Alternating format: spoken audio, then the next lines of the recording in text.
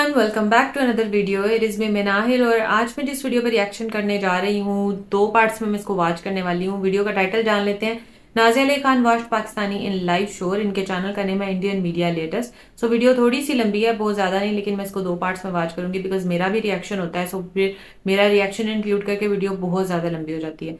So link and title आपको मिल जाएगा description box में, जरूर से चेकआउट कीजिएगा इनके चैनल को। और अगर आप मेरे चैनल पर नए हैं और अभी तक सब्सक्राइब नहीं किया, so do subscribe, like this video and share. So जल्दी से बढ़ते हैं वीडियो की जानिब और देख लेते हैं ये वीडियो। सरहद पार से खबर है, इससे पहले कि मैं शेयर करूं, क्लिप रेडी होगा, जरा चलाइएगा। बांग्लादेश में शेख हसीना के तख्ता पलट के बाद से ही हिंदुओं पर अत्याचार जारी। जी तो देखा आपने, एक मुल्क है दो रहनुमा है। मंदिरों पर तोड़फोड़ से लेकर हिंदुओं पर हमले की घटनाएं रुकने का नाम नहीं ले रही। आपको नजर आ रहा है कि इस वक्त जो है बांग्लादेश के अंदर बहुत बड़े दंगे भड़काए जा रहे हैं। ये तो साला होना ही था। इसी अत्याचार के खिलाफ बांग्लादेश की सड़कों पर लाखों हिंदू उतर आए। एक सरापा नफरत है, दूसरा सरापा मोहब्बत है। प्रेसिडेंट के हाउस के ऊपर कल रात अटैक किया गया है। 24 घंटे का अल्टीमेटम टाइम दिया गया है और अगर ये रिजाइन नहीं करते हैं तो फिर से जो है बांग्लादेशी स्टूडेंट का वो ज़ोंबीज वाला रूप हम सबको देखने को मिलेगा। बांग्लादेश के अंदर हिंदुओं के साथ कैसा उत्पीड़न का शिकार होना पड़ा।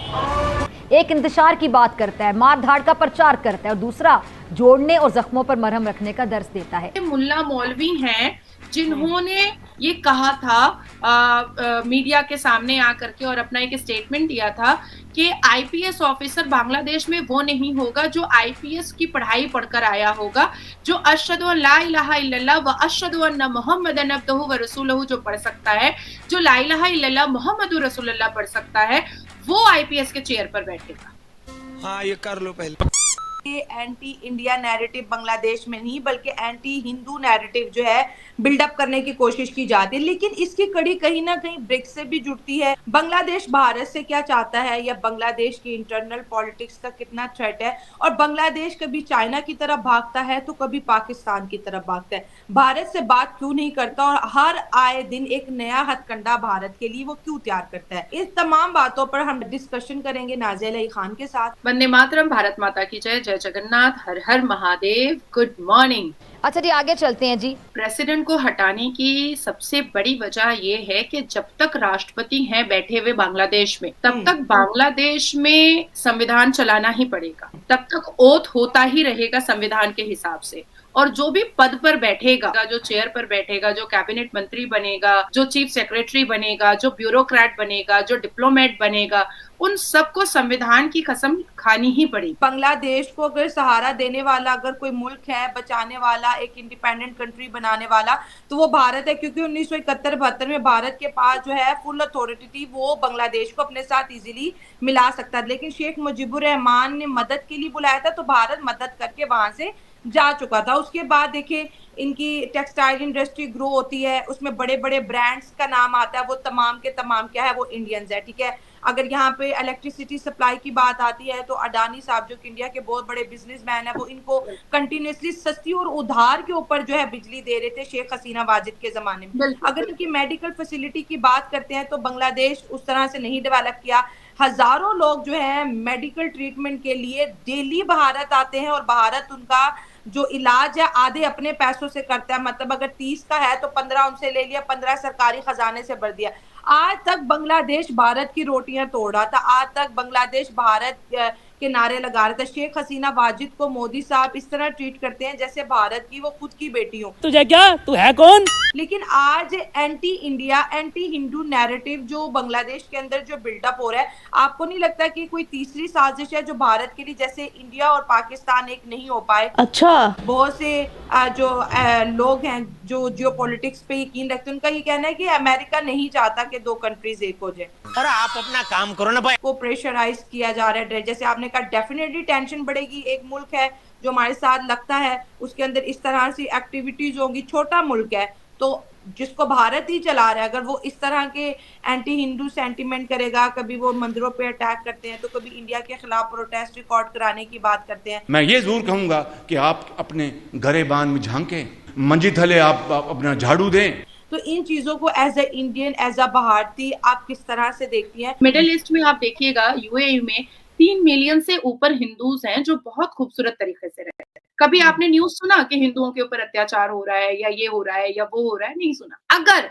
वाकई में पाकिस्तान को भी भारत से हमेशा अच्छे रिलेशन रखने होते तो 23.7% सनातनियों को खत्म करके, माइनॉरिटीज को, इवन एंटायर माइनॉरिटीज को खत्म करके आप लोग 1% नहीं करते। और अगर अभी भी 1% जो हिंदूज बचे हुए हैं, अगर उस पर भी आप लोग बहुत खूबसूरत एक अचानक से एक मॉर्निंग आप उठो और कहो कि नहीं अब हम हिंदुओं पर अत्याचार नहीं करेंगे, तो डेफिनेटली भारत को ऐसा लगेगा कि चलो देर आए दुरुस्त आए। कभी तो once in a blue moon हम कहते हैं ना कि कभी तो ऐसा होता है कि इंसान चेंज हो जाता है, पर पाकिस्तान ने भी ना चेंज होने की कसम खा ली, तो इसलिए भी रिलेशन और कड़वा होता चला गया है। अभी जो क्वाड की मीटिंग हुई थी उसमें जो मोहम्मद यूनुस साहब गए थे, तो उन्होंने कहा था कि अभी दुर्गा पूजा है भारत में, तो हम हिल्सा मच्छी भेजेंगे, हम गोल्डन प्रॉन भेजेंगे। आपको पता है कि क्या हुआ? पता है क्या हुआ? यहाँ पर पूरे भारत में बांग्लादेश से आई हुई मछली को किसी ने खरीदा ही नहीं।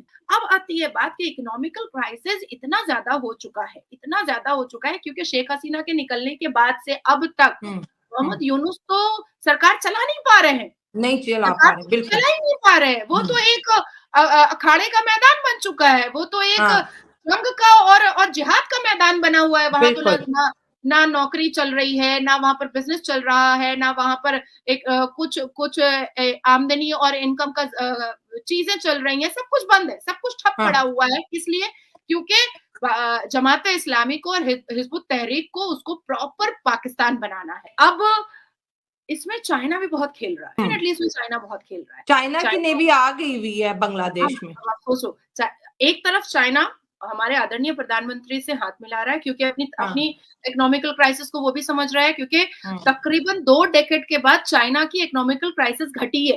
कह रहे चाइना बूढ़ा हो रहा है अब। है ना। और आप जियो पॉलिटिक्स में जाकर के अगर चाइना के इकोनॉमिक का आप ग्राफ उठाइएगा तो चिंतित हुआ है। चाइना के कैबिनेट मिनिस्ट्री में आलोचना हुई है कि 2 डेकेड के बाद पहली बार ऐसा हुआ है कि उनकी ट्रीटी और उनके बायलैटरल रिलेशंस जो है वो डैमेज और डेवेस्टेट होते चले जा रहे हैं और भारत की इकोनॉमी बूस्ट करती चली जा रही है। भारत की इकोनॉमी नीचे से आसमान पर छूती चली जा रही है। जो लोग पहले चाइना का प्रोडक्ट यूज करते थे पूरी दुनिया में, अब वो भारत का प्रोडक्ट यूज कर रहे हैं। मैं इन क्रक्स अब छोटे में आपको यही बताऊंगी कि this is the high time कि शेख हसीना को अब लौटना चाहिए और भारत की आर्मी को अब बांग्लादेश में एंटर करना चाहिए, यूएन को इंटरवीन करना चाहिए और बांग्लादेश के राष्ट्रपति को एक गैजेट इशू करना चाहिए, ऑर्डर इशू करना चाहिए उस दिन तक कर्फ्यू का, जब तक ये माहौल शांत ना हो तक। क्योंकि अब इतनी वीडियो मैंने वॉच की और बहुत अच्छा बोलती हैं नाज़िया इलाही। और बात हुई यहाँ पर चाइना की कि किस तरीके से चाइना जो है वो नीचे की तरफ, उसका ग्राफ जो है वो तरक्की का नीचे की तरफ जा रहा है। भाई क्यों ना जाए। हम देखते हैं, मैं एक बहुत बड़ा जो ब्रांड है वो देख रही थी जो कि पहले अपनी कार्स जो है ना वहाँ पर लॉन्च करते थे चाइना में, लेकिन अब उन्होंने रुख कर लिया इंडियन मार्केट का। अब वो अपनी जो न्यू उनकी कार थी वो वहाँ पर लॉन्च कर रहे थे। अगर गूगल की बात करें तो वो अपना पूरा जो सेटअप है वो इंडिया में लगाने की बात करें। अगर सैमसंग की बात करें वो उन्होंने इंडिया में लगाया। मतलब जो पहले चाइना की एक बड़ी मार्केट थी वहां पर अपना कुछ भी न्यू चीज वहां पर लॉन्च होती थी, लेकिन अब वो ऐसे ऐसा मूव ऑन होती जा रही है इंडिया की तरफ। इंडिया की मार्केट बड़ी से बड़ी होती जा रही है और चाइना जो है वो थोड़ा सा नीचे की तरफ जाता जा रहा है। और जाहिर सी बात है, जब एक कंट्री की मार्केट बड़ी होगी सब लोग उस तरफ का रुख करेंगे, तो दूसरा कंट्री जिसको पहले लोग इतना पूछते थे और बाद में एकदम से दूसरे कंट्री की रुख कर लेंगे, तो फिर वो जाहिर सी बात है नीचे उनकी इकोनॉमी नीचे जाती जाएगी। तो ये चीज जो है ये ऑब्वियस है और ये नजर आती है और इसमें कोई दो राय नहीं है कि इंडिया की जो मार्केट है बड़ी होती जाए। और दूसरी इन्होंने बात की बांग्लादेश की। मुझे तो ये समझ नहीं आ रही कि बांग्लादेश को क्या होता जा रहा है। इसकी मिसालें दिया करते थे, ये तकरीबन 1 साल पहले की आप बात लगा लो कि कहाँ से कहाँ तक चला गया और किस तरीके से जो है इन्होंने अपने आप को सेटअप किया इस मुल्क ने। तो पता नहीं है वहां पर क्या होता जा रहा है और क्यों वो लोग इस चीज की तरफ पड़ गए हैं, ये मेरी समझ से बाहर है। सो खैर जो भी है, लेट्स सी व्हाट हैपेंड। और आप लोगों को कैसा लगा मेरा रिएक्शन जरूर कमेंट करके बताइएगा। सो मिलूंगी इंशाल्लाह नेक्स्ट रिएक्शन वीडियो के साथ। अब तक मुझे दें इजाजत। अल्लाह।